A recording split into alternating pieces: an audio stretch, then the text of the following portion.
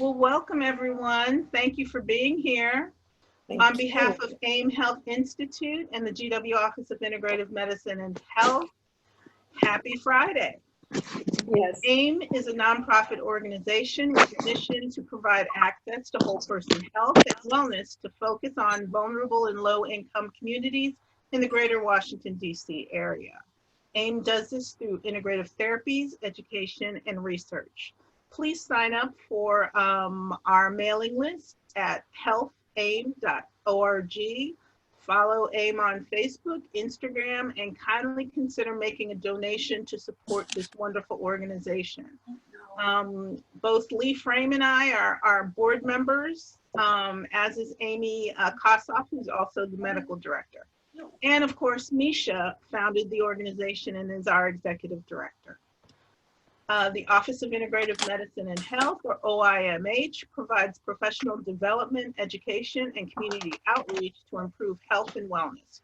You can follow us on Twitter, Instagram, or LinkedIn, and sign up for our newsletter on our website, which is smhs.gwu.edu/OIMH. Or just Google OIMH and GW and it'll pop up. AIM and OIMH are very happy to offer these experiences for free. We plan to keep on doing them at Fridays, usually, except for next week. This is a good time to tell you all, next week's event is going to be on Thursday at 2 p.m. So when you register, all that information will be in there. So please join us next week on a Thursday at 2 p.m. Now I'd like to introduce our guests this week, Amy Kossoff, MD, and Nina Paul. Amy is the medical director of AIM Health Institute. She's a GW medical school graduate. She's been practicing internal medicine for the underserved for the past 40 years. In October of 2017, she completed a fellowship in integrative medicine through the University of Arizona Center for Integrative Medicine. She went on to study hypnosis through the American Society of Clinical Hypnosis and become a licensed acupuncturist through the Helms Medical Institute. Dr. Kassoff is certified by the American Board of Internal Medicine. Nina Paul teaches students philosophy and foundational practices of mindfulness for stress management and the enhancement of well-being. She is a mindfulness instructor with the GW Milken School of Public Health, and she is a pleasure to find balance with. So with that said, I would like to turn things over to Amy Kassoff. Okay, hello everyone. Thanks for being here on this Friday afternoon. I'm going to talk a little bit about what's going on nationwide with COVID. I'm kind of going to just do a little bit of a broad brush kind of thing here, because to me, unfortunately, COVID has become kind of a political issue instead of a public health issue. But what's going on in the country kind of boils down to the last line of the Star-Spangled Banner, which is the land of the free and the home of the brave. And that can be interpreted in different ways. One meaning you do exactly what you want individually, and the bravery comes with stopping people if they try to stop you from doing that. And the other interpretation is the common good. And unfortunately, in different areas of the country, there's been very different responses to the virus. And so last week in the country, there were more cases in any week since the pandemic began. On June 18th, there were 216,000 cases. This was up from 160,000 on June 11th. So there was a 1 week change of about 50,000 cases. But then just this past Wednesday, 2 days ago, there were 36,975 cases. That's in 1 day. So, so we're not doing very well. And the head of the CDC said he believes that we're probably counting only about 10% of the cases, the actual cases. And 10 states have record case counts in the past few days. So the question is, what's going on? Why is this happening? And what does it mean? It's pretty clear what we need to do to flatten the curve. Initially, despite virus deniers, both in and out of the government, we were really doing a pretty good job. I mean, everybody saw the graph where the curve went up, and then it kind of started to slope down and flatten out, and it all looked really good. And I know you've been told ad nauseum the three most important things that we really need to do to flatten the curve, which is hand washing, mask wearing, and social distancing. There's, of course, eating well and exercising and taking the various supplements that Misha has mentioned on multiple occasions, but really those three things are critical. It's not very complicated. And in Texas, where they stopped their stay-at-home order very early on April 30th, it's become a complete disaster. Yesterday, the governor postponed the reopening, and at that point, he left open all businesses that had already opened, which included bars and restaurants and gyms and malls and stuff like that. Today at noon, he actually announced that he was closing bars and that he's making restaurants go down to 50% capacity from 75%. But if you look at the graph in Texas, as well as Arizona and Florida, it is going straight up. So it is going to be a disaster in those states and other states. There's a great article in The Atlantic that kind of lays this all out that I'll put in the chat afterwards. And in DC, actually, we're doing really well. The cases have remained low. A week ago, the average daily case rate was 65, and 65, and yesterday it was 37.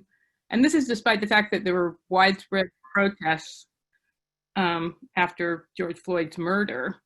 So the question is, why have we not seen a spike despite that fact? And, who knows? But if you looked at the pictures of the protesters, they were all, not all of them, but the majority of the protesters were wearing masks. They sometimes could not socially distance, but when there seemed to be more space, people did tend to spread out. And I think people were doing what they needed to do. And so while we're not completely out of the woods yet, it may be that we don't see a big spike. And because I think we've learned that COVID-19 is really kind of an indoor disease.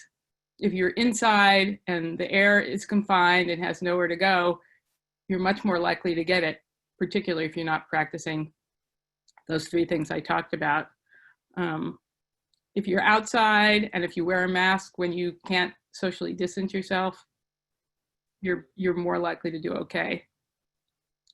The one piece of good news is that the death rate has shown a steady decline, maybe because more people are younger who are getting the disease and are less likely to die, maybe because we've gotten better at caring for people who get really sick. But the bottom line is the virus is going to be around for a long time. We're stuck with it for probably at least another year, if not longer. And you just can't get complacent. We have to figure that everyone who we don't know who's walking on the street or in the grocery store actually has COVID, and that we have to protect ourselves. And why are we protecting ourselves? So we can protect other people. I happen to live with my mother who's turning 92 in 4 days, so I am worried about this all the time. And it's stressful and depressing to have to, I hate wearing masks. My daughter actually got everyone in the family like a personalized mask, and my mask says, I hate masks. So I hate masks, but I wear them whenever I need to wear them. So anyways, we come to these things because it's all stressful and depressing, and we come to these sessions like this so that we can have and learn strategies to mitigate our stress and depression. And so with that, I'll answer questions if there are questions, and then I'll turn it over to Nina.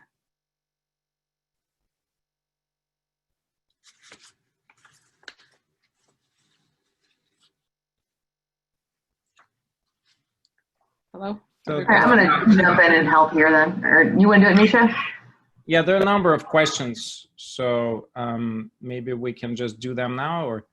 Yeah, I mean, I guess so. Well, yeah. There's a question from Kristen who does acupuncture? I'm not exactly sure what that refers to. So Kristen, I don't know, maybe you want to clarify that. From Linda, what is known about how long someone can be COVID-19 asymptomatic, especially since younger people are becoming the super spreaders? Amy, you want to try to take a stab? Yeah, I mean, I think you can, I mean, often it takes 14 days for symptoms to show up.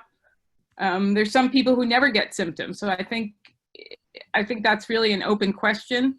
I think some people who never develop symptoms can be symptomatic for, I mean, can spread virus for a long time. I'll tell you something on the other end, since this came up, since this has been coming up in the hospital all the time for the past week. So there are some patients who have continuous positive tests for 4, 6, 8, 12 weeks, even though they're completely asymptomatic. Right. It's actually not clear. There's an assumption that they're not contagious at the point beyond 2 weeks, but actually there's no clarity on that. There's been just Chinese study published 2 days ago that I read that claims that there is no actual spread, but they really can't explain why some of those patients stay positive. There's an assumption there's some viral particles that are continue to circulate and they somehow end up leading to positive tests. The problem with this is that when patient is ready to go home and they still test positive in the hospital creates a lot of confusion, especially if the patient has to go to a rehab or a nursing home. You can imagine how much resistance there is to that. So that's also adding more complications. Benita asking, VA is going to phase 3 next week. Is it possible we could turn into Texas? No, it's not possible. We don't drive those big cars and our hats are different than our boots. So no, we're not turning to Texas, thank God. You know, Amy, you can help out. I agree. I mean, I think that, I mean, it worries me a little bit because I think cases in Northern Virginia are ticking up a little bit. But I also think that, if cases are ticking up, then they may not go into phase 3. I think it's been a more thoughtful approach in Virginia than it was in Texas. Yeah, I totally agree. I think we're doing not well here for a reason. So. Right. Okay. What are the implications of this new CDC study that says that the number of infection nationwide are 23 million, 10 times estimate? Yeah, those are estimates. Nobody actually knows for a fact. This number has been circulating for a long time.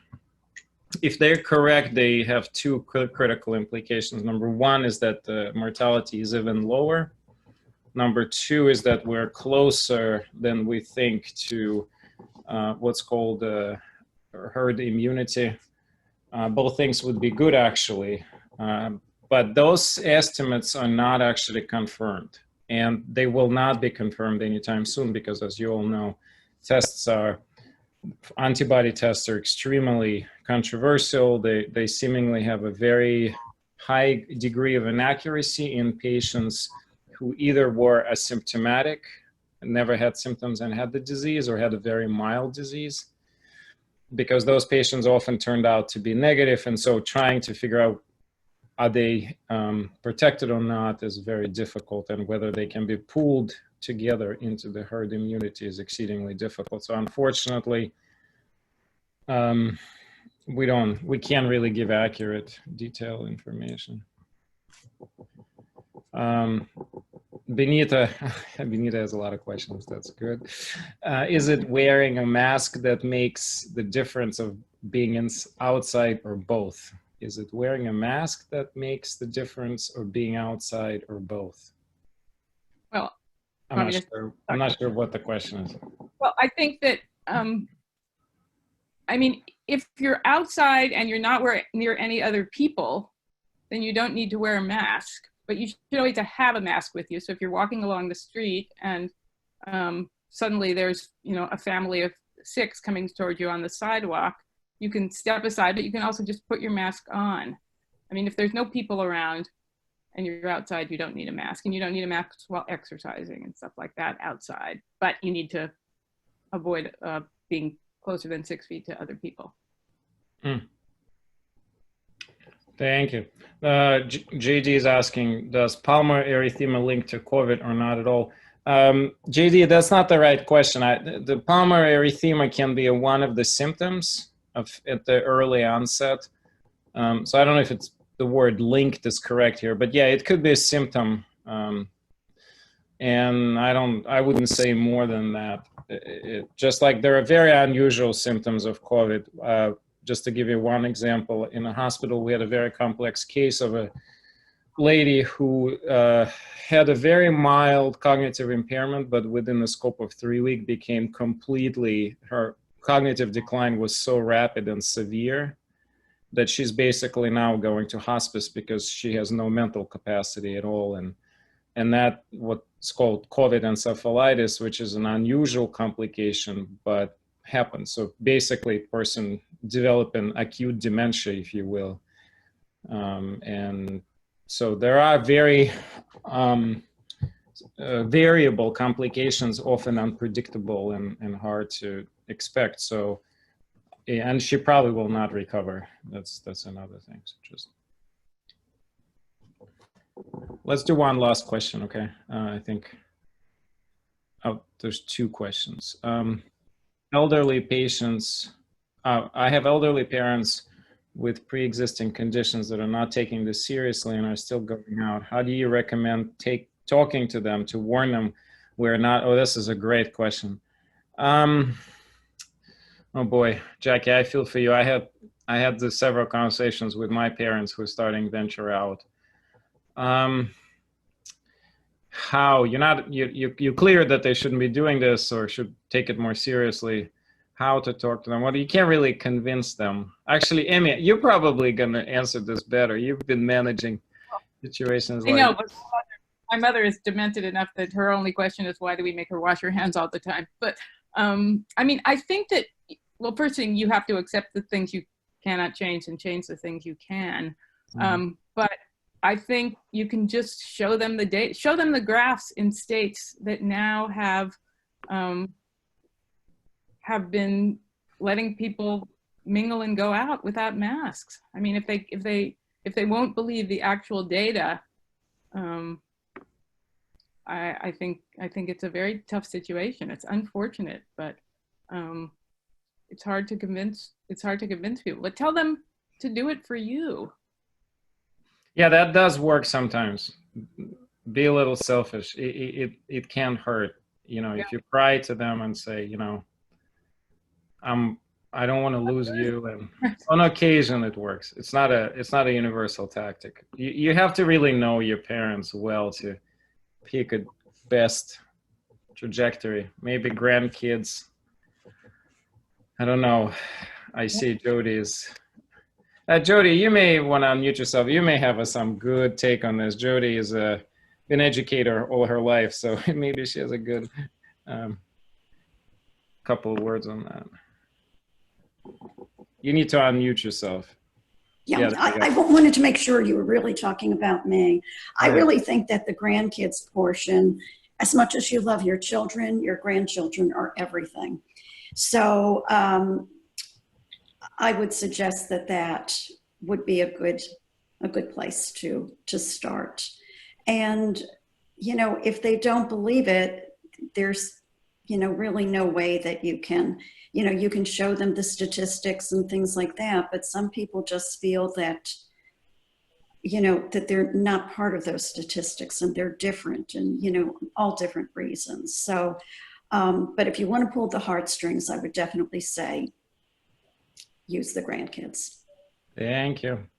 Yeah, and then Dana put a really good point. There are most of the states actually telling people over 80 shelter in place. I think that's very appropriate. I yelled at my dad a couple of days ago when he finally said, okay, I have to go to post office. I said, no, Dad, you don't have to go to post office. You can call my brother and have him come pick it up the package. So, you know, sometimes you really just simply have to help them to figure out the logistics of things. Because I found that, at least with my parents, they really, for them, it's practicality. So when they start getting to a point of not able to do certain things, they feel like they have to. And they just can't think of a kind of a something else, how to get around that certain issue. I'm going to leave, I think, Linda's last question here for after, if we have time. It's about this rural VA story, so we'll come back to that. So, Amy, do you want to finish with anything? Nope, I'm done. All right. Amy, if you could please lead us through today's mindfulness practice. No, not me. Oh, sorry, Nina. Nina. That's good because I'm still recovering from my stress response from hearing about the brain disease that Dr. Kogan was talking about. So everybody has certain particular fears, I guess, about getting certain diseases, and mine always has been about the brain. So I'm just coming back down from that stress response.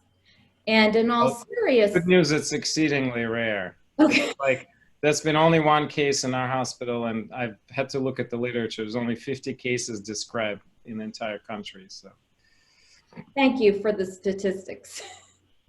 So, but in all seriousness, the stressful times continue, and it's wonderful that we continue to come together in this platform to meditate and practice stress reduction tools together. So I'm honored to be back here and able to practice mindfulness with you all again. And the practices that I'd like to offer today are practices that return us to calm. So the first practice is a classic mindfulness meditation, mindfulness of breath, body, and sounds. In the meditation, we will turn our attention to those three anchors, breath, body, and sounds, as a way to ground ourselves, center ourselves, come into the present moment, and hopefully feel more relaxed and less stressed.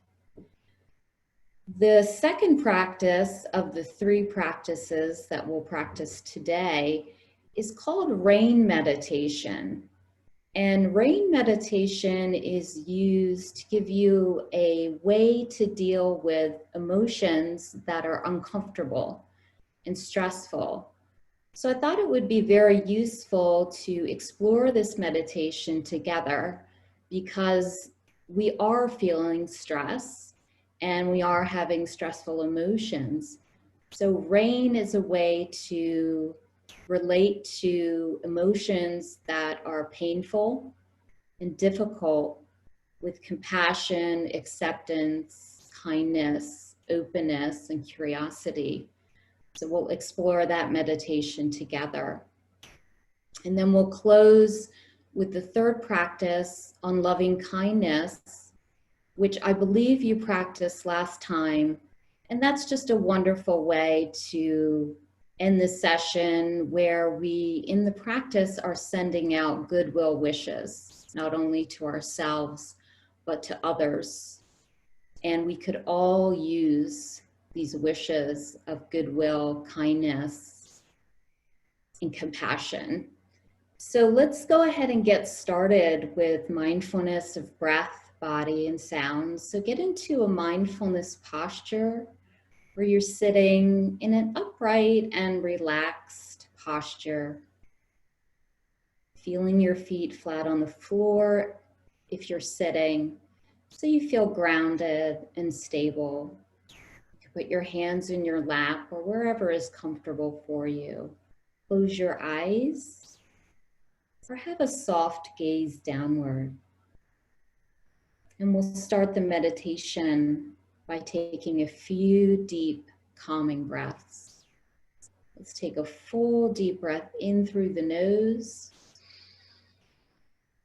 a slight pause, and then a long, slow exhalation out through the mouth. Feeling the tension leave your body on the out breath.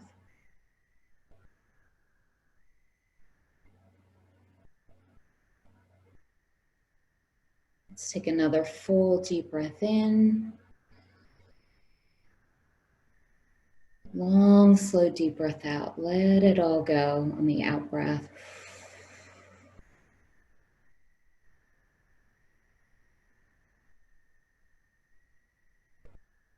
Let's take another full deep breath in. Long, slow, deep breath out. Let it all go. Feel the tension leave your body on the out breath.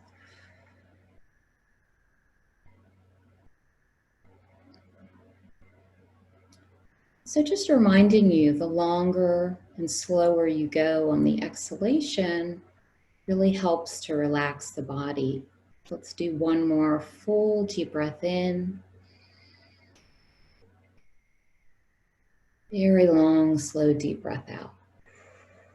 Releasing, relaxing, letting go.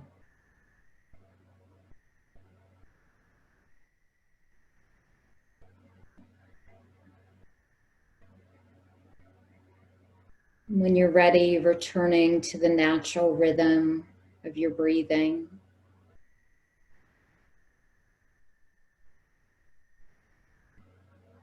And now let's bring our attention to our body.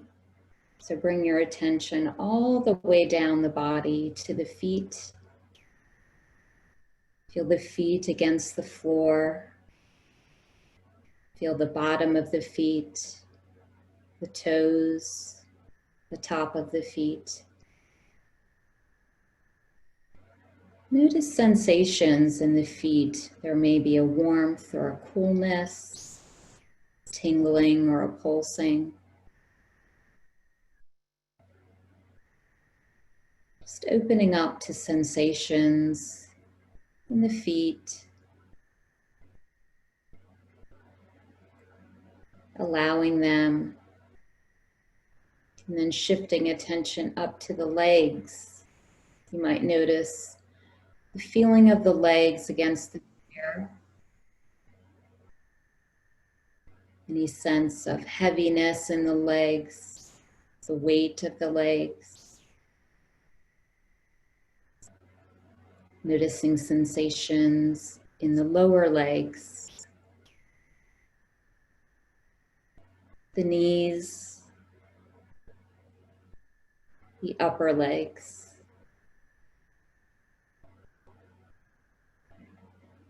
And now sensing into the entirety of the legs and the feet.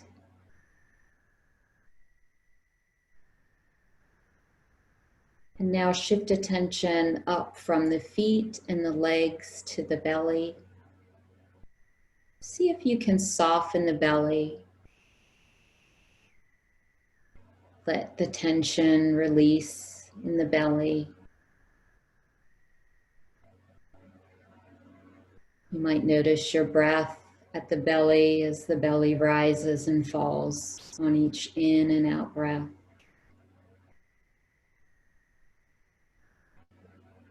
Letting be, letting go in the belly.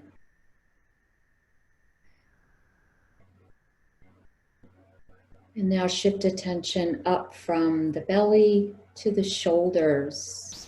So the shoulders are a place where we tend to hold tension. You can bring the shoulders up, back, and down, breathing in and out, opening up the chest. As you bring the shoulders back, breathing into the shoulders, releasing any tension here as best you can.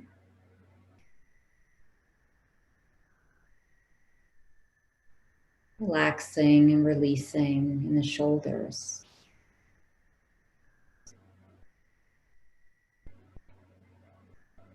And now shift attention up from the shoulders to the face, starting with the jaw, releasing the jaw,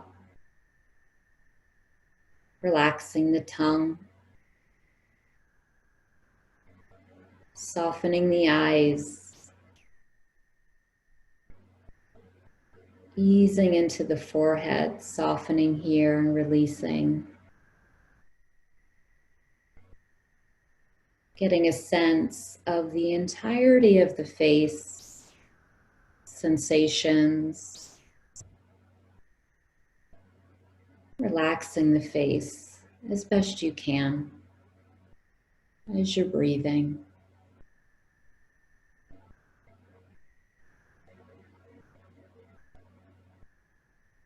And now get a sense of the whole body sitting here breathing. So sweep your attention from the top of the head all the way down the body to the bottom of the feet.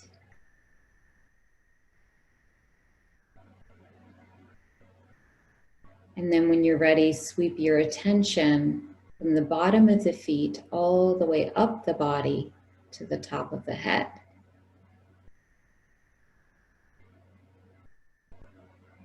So getting a sense of your body as connected and whole.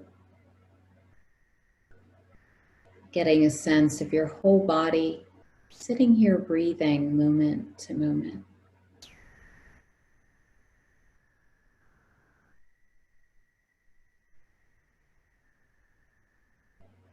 And now letting go of focusing on the body, bring attention to sounds that you're hearing inside and outside of the room. Noticing sounds coming and going, moment to moment, as you're sitting here breathing.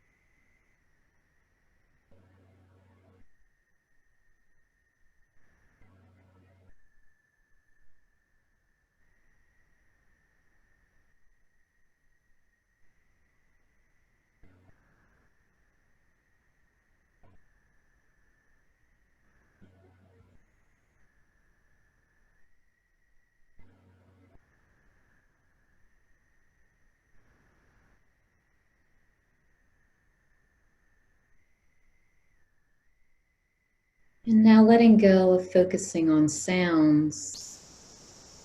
Let's bring our attention to our breath. And find your anchor spot, either the belly or the chest, to focus on the breath in one of these spots. And place your hands on the belly or the chest. That's a wonderful way to help you focus and steady your mind on the breath. So focus in such a way that you feel the movement of the breath as it comes in and as it goes out. Moment to moment, breath by breath. Feeling the rising and the falling of the belly or the chest.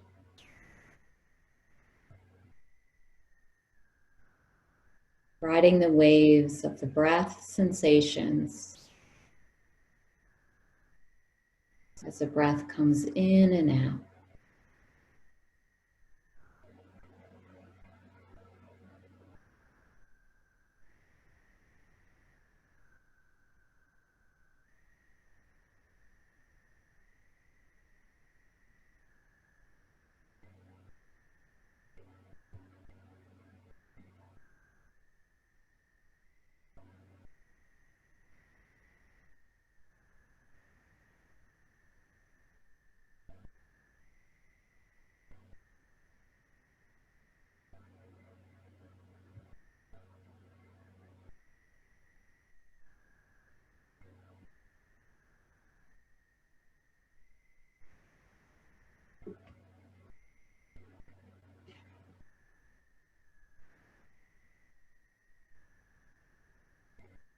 Now letting go of focusing on the breath, we're going to segue now right into rain meditation. So the rain meditation gives you a way to work with a difficult emotion that you may be experiencing. So you can call to mind a challenge in your life right now, something that you'd like to see improve or giving you trouble. It's causing some emotions. So check into your body as you're thinking about in your mind's eye this challenge. What is the emotion that's coming up? And give it a label. It could be fear, silently label it, sadness, anger, worry, dread, boredom.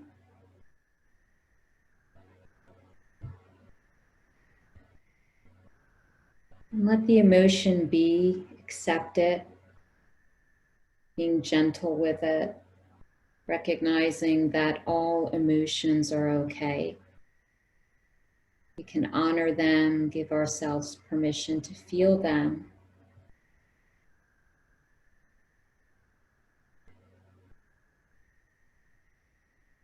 And then explore and investigate. Where do you feel the emotion in the body? Get curious. Can you feel it in your chest, your belly, your legs, your face?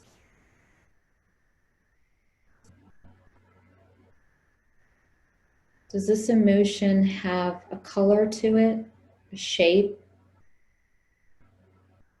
a temperature?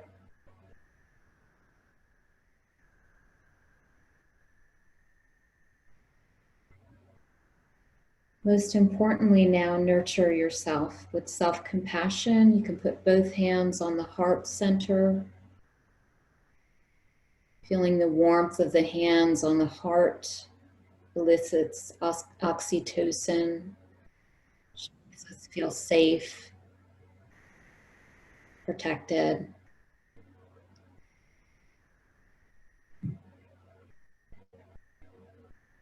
So as you're feeling the difficult emotion, imagine yourself comforting a small child or a friend who's come to you with something difficult. What would you say to this person, this friend, this child? Say that to yourself.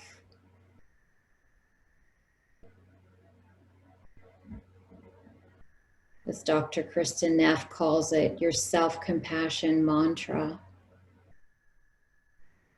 Things like, I'm sorry this is so hard. I'm sorry there is suffering here. May I be kind to myself. And may I give myself what I need as I feel this difficulty.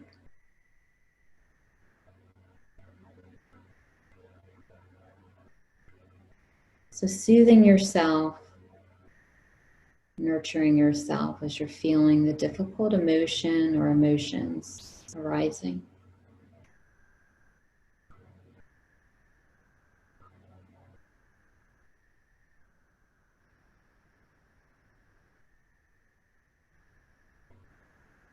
So when we start to relate to our emotions in this way by not suppressing them or turning them away, difficult emotions, we can get some space from them, disidentify,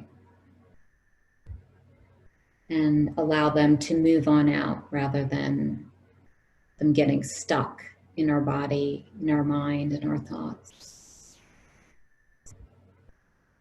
Emotions are simply physiological sensations, energy in motion. They arise, they're temporary, and they can pass away.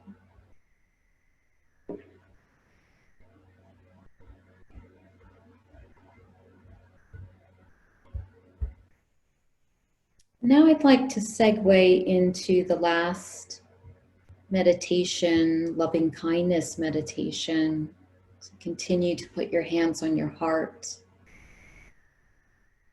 And we're going to offer wishes of goodwill, first to a loved one, and then to ourselves, and then to all beings. So you can picture in your mind's eye a loved one or a friend, somebody you'd like to send these kind wishes to. And silently repeat these phrases toward this person as if you're looking at this person. May you be happy. May you be peaceful. May you be well.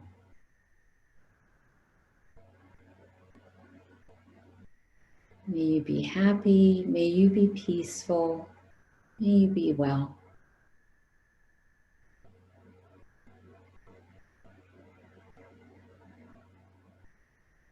And choose one phrase to focus on or all three.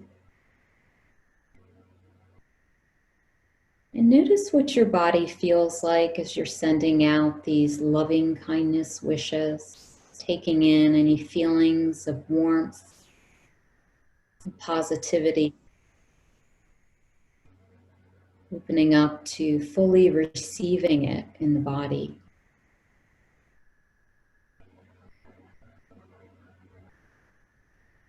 And now let's shift and send these loving kindness wishes to ourselves. May I be happy. May I be happy. May I be peaceful. May I be peaceful. And may I be well. May I be well.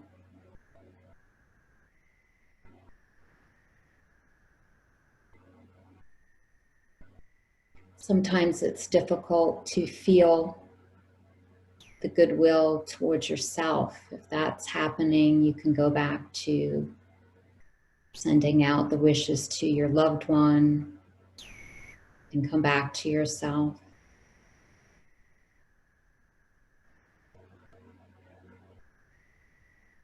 And then finally, we'll send out loving kindness wishes to all beings. May all beings be happy. Or may all beings be happy as they possibly can. May all beings be peaceful.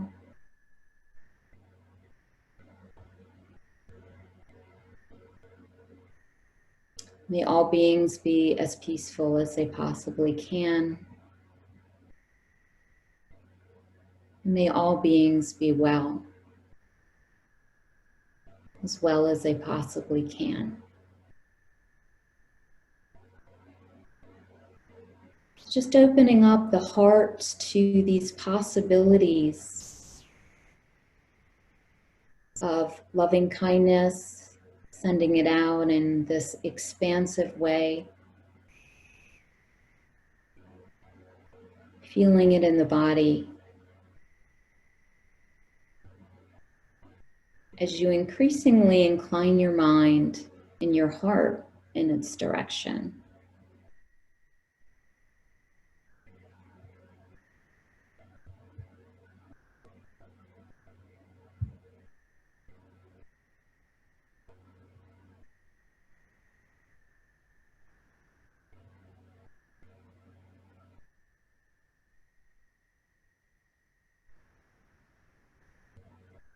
You can take your attention now to your breath, opening up the lens of awareness to notice your breath,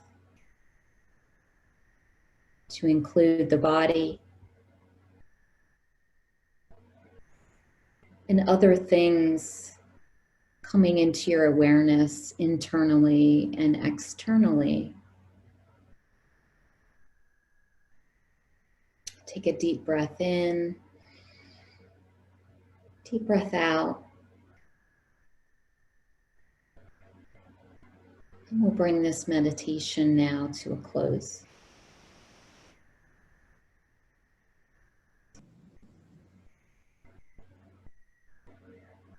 Welcome back.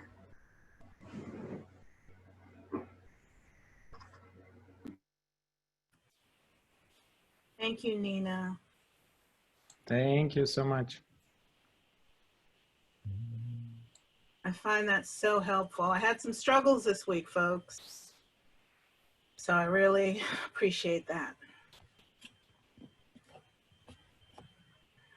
Now, Misha, do you have time to answer some questions? Yeah. Okay. Let's see where we ended. We had a question concerning rural. Yeah. Where is it?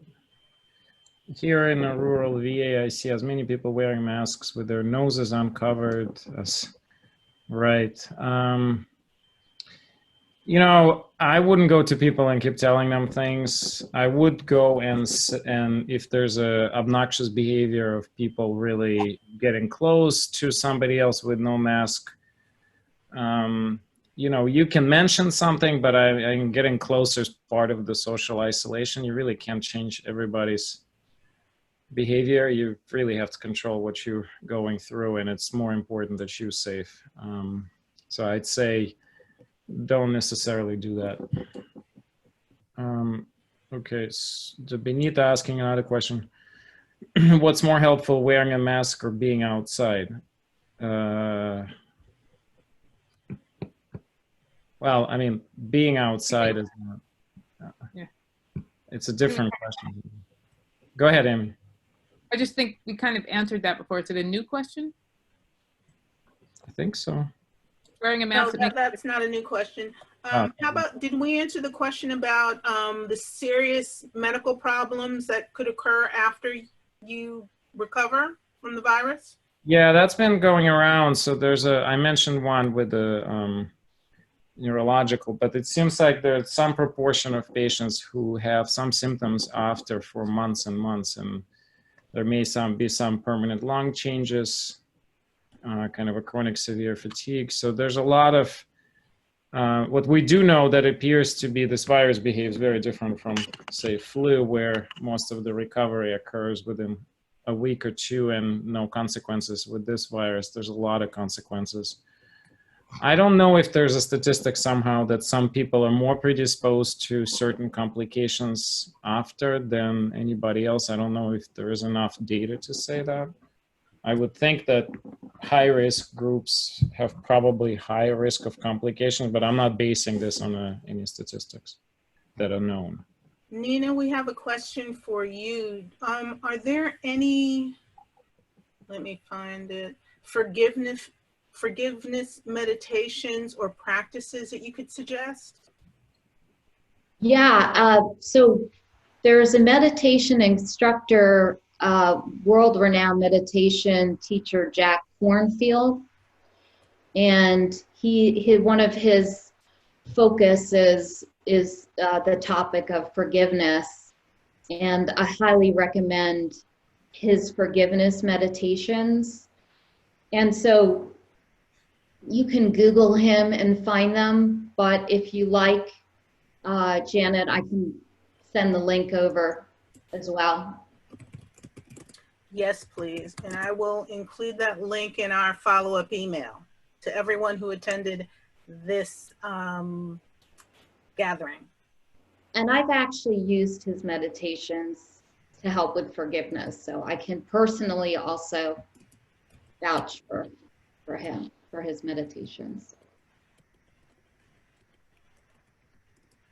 All right.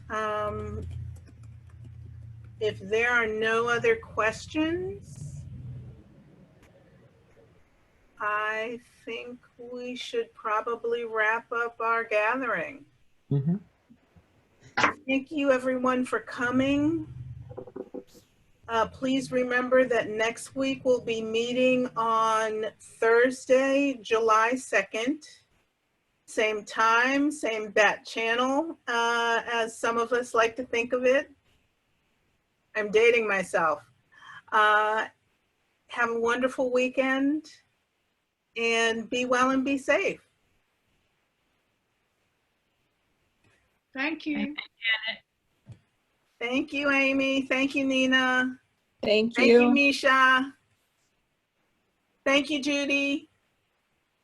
Thank you, Thank you Janet. all. Thank Thank you you all. all. That was wonderful. Thank you.